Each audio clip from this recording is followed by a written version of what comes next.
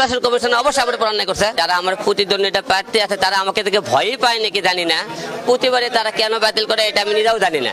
কারণ বাতিল করার পরেও কিন্তু ফিরে আনার চেষ্টা করে কিন্তু ফিরেও পাই কিন্তু আমি। আপনি কি আবার আদালতে নিশ্চয়ই যাবেন?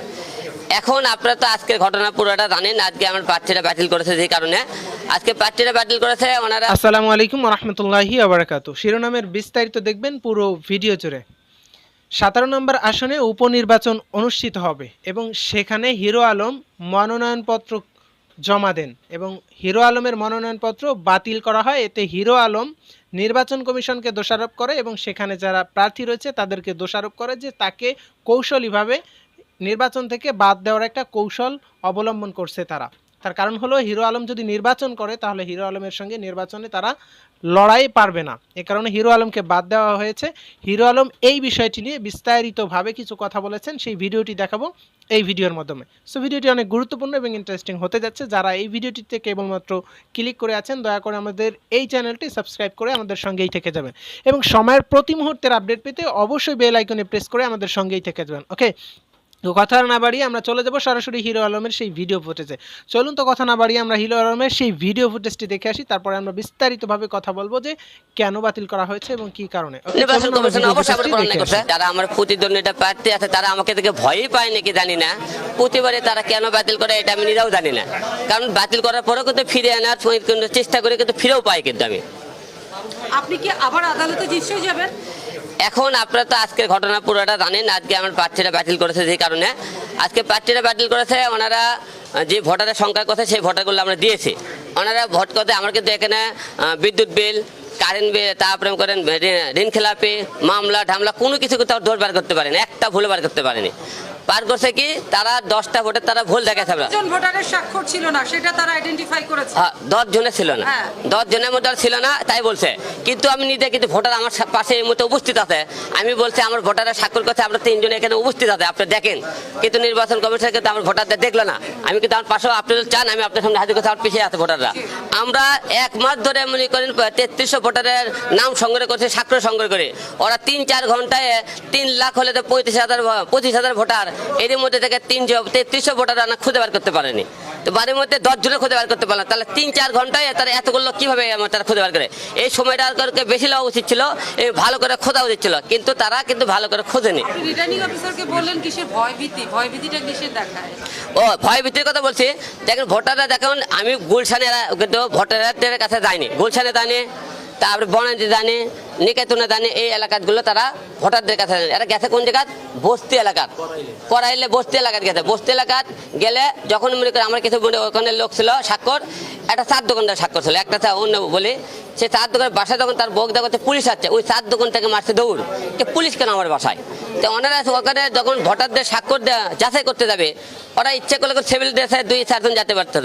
ওনারা ওটা 8 জন লোক গেছে, 2 জন সেভিলে আর 6 জন পুলিশ লেগেছে। পুলিশ দেখলে কেউ বলবে স্বাক্ষর দেবো, বলেনি।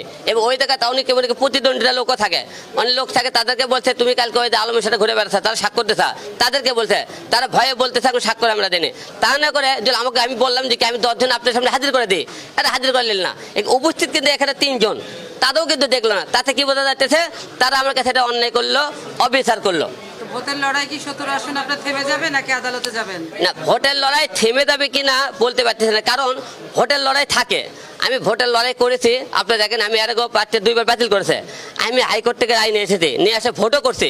ভোটের দিনে আছে কি পাচ্ছে রায়, আমার ফলাফল 0, ভোটে পাশও করি কিন্তু ফলাফল 0 দেখাচ্ছে। এবারও আমি আবার মুখে চেষ্টা করে নিয়ে আসি, আর ভোটে ফলাফল 0 পাবো কি না তাও জানি না। হয়তো নির্বাচন হলে আপনি মামলা করলাম, করে রায় নিয়ে আসলাম, এখন এই রায় আমি কি হবে জানি না। এখন মামলা করবো কি না, তারপরে সামনে ভোট করবো কিনা আমি আপনাকে জানাবো। নির্বাচন কমিশন অবশ্যই আমার উপর অন্যায় করছে। আচ্ছা, আরেকটা প্রশ্ন, আপনি বলছেন আপনি জিতেছেন, আপনাকে হারিয়ে দেওয়া হয়েছে, আপনি কিভাবে নিশ্চিতভাবে বলছেন আপনি জিতেছেন? আপনি কালুতে দেখেছেন, আমরা কালু নন্দীগ্রামে যখন নির্বাচন করি অবশ্যই ওকে জিতেছেন, প্রতিটা আসন থেকে দেখেছেন ফলাফল সুস্থ হয়েছে। এবং ফলাফল ঘোষণা করতে 10টি কেন্দ্রের ফলাফল আমাকে ঘোষণা না দিয়ে তারা বিজয় ঘোষণা করছে আমার প্রতিদ্বন্দ্বিতা প্রার্থীকে। শেষ প্রশ্ন আপনার কাছে, যেখানে উপনির্বাচন সেখানে কেন আপনি ভুল বললেন? উপনির্বাচন আমি বগুড়ায় করেছি, আর এখানে করতেছি আমাকে বগুড়াতে 6 নায়কের হারানো হয়েছে, তার প্রতিবাদে মশাল হিসেবে এখানে ভোট করতেছে। ওকে, এইটা ছিল হিরো আলমের ভিডিও ফুটেজ।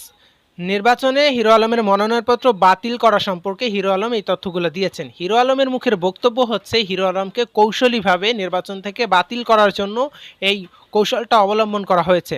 হিরো আলমকে যদি নির্বাচনে যুক্ত করা হয়, হিরো আলম যদি এই নির্বাচনে অংশগ্রহণ করে, তাহলে হিরো আলম হয়তো বা হিরো আলমের সঙ্গে লড়াই করতে অনেক কষ্ট হবে বিপক্ষ দলে যারা আছেন তাদেরকে। সো এই কারণে হিরো আলমকে নির্বাচন থেকে কৌশলীভাবে বাতিল করা হয়েছে। হিরো আলমের বক্তব্য হচ্ছে যে যেই কারণে নির্বাচন থেকে বাতিল করা হয় তার একটা কারণও তারা আমার মধ্যে খুঁজে পায়নি। সো আমাকে এমনিতেই বাতিল করা হয়েছে। নির্বাচন কমিশন এখানে তার উপর দুর্নীতি করেছে, নির্বাচন কমিশন তার উপর অন্যায় করেছে, এটা তার দাবি।